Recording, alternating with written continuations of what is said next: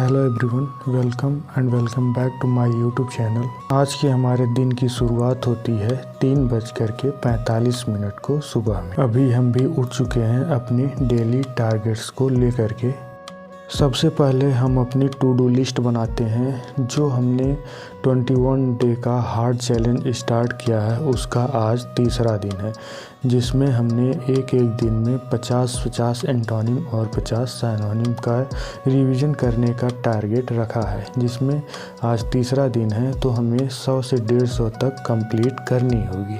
देखो भाई, हम हैं हिंदी मीडियम से और हिंदी मीडियम वालों का सबसे ज़्यादा प्रॉब्लम रहता है इंग्लिश से, और इंग्लिश में सबसे ज़्यादा वोकैबुलरी से, जिसमें antonym, synonym, one word substitution, idiom, phrases, phrasal verb, fixed verb, preposition, spelling, ये सभी सबसे ज़्यादा रटने वाली विषय रहती है इंग्लिश में।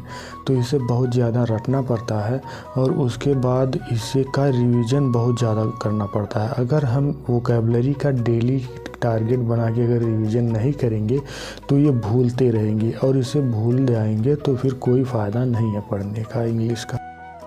इसके बाद फिर हमने रीजनिंग का एक सेक्शनल मॉक दिया, जिसको हमारा स्कोर 43 आया। उसमें हमारे टारगेट से स्कोर थोड़ा कम ही है, हमारा टारगेट 48 नंबर का था। आज हमारा एक क्वेश्चन गलत होगा क्योंकि हम उसे ध्यान से पढ़ नहीं पाए। उसमें ये था कि उसमें स्क्वायर का हमें पता करना था और हम उसे में पता करने लगे ट्रायंगल, जिसकी वजह से हमारा एक क्वेश्चन गलत हो गया। सबसे ज़्यादा ज़रूरी रहता है कि सबसे ध्यान से पढ़ना क्वेश्चन को।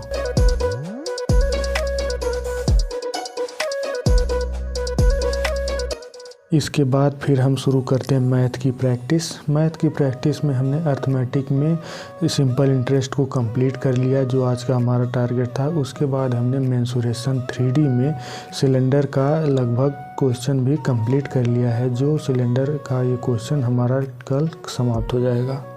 सिलेंडर चैप्टर ख़त्म होने के बाद फिर हम शुरू करेंगे कोन के, क्योंकि मेंसुरेशन भी सबसे ज़्यादा इम्पॉर्टेंट रहता है। जितना रूल जियोमेट्री और अलजेब्रा ट्रिग्नोमेट्री का रहता है, उतना ही एडवांस में मेंसुरेशन का भी रहता है।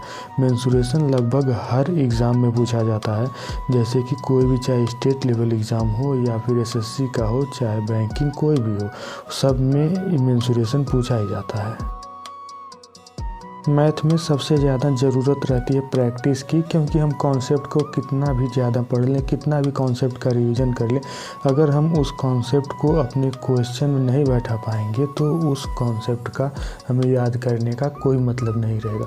इसीलिए सबसे ज़्यादा ज़रूरी रहता है कि हम जितना ज़्यादा प्रैक्टिस करेंगे उतना ज़्यादा हमें कॉन्सेप्ट भी याद रहेगा और उस कॉन्सेप्ट का हम अपने क्वेश्चन में इम्प्लीमेंट भी कर सकेंगे।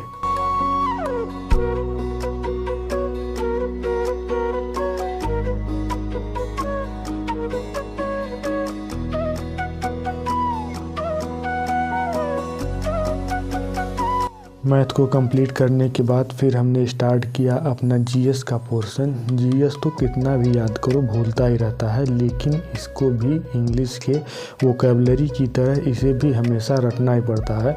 अगर इसे नहीं रटेंगे, नहीं याद करेंगे तो ये भूलता रहेगा। GS के लिए हमने चुना है SSC के परमार सर को, क्योंकि परमार सर SSC के जो पढ़ाते हैं उनका लेक्चर सबसे ज़्यादा इम्पोर्टेंट रहता है। वो SSC के लिए, SSC की फील्ड में सबसे बेस्ट टीचर हैं GS के लिए, क्योंकि उनका क्वेश्चन भी हर एग्ज़ाम में देखा जाता है SSC की कि बहुत ज़्यादा फंसता है, और SSC में वो सबसे अच्छा GS को पढ़ाते भी हैं और अच्छे से समझ में आता है। जितनी ज़रूरत रहती है बस वो उतना ही पढ़ाते हैं, कोई बहुत ज़्यादा वो नहीं पढ़ाते हैं।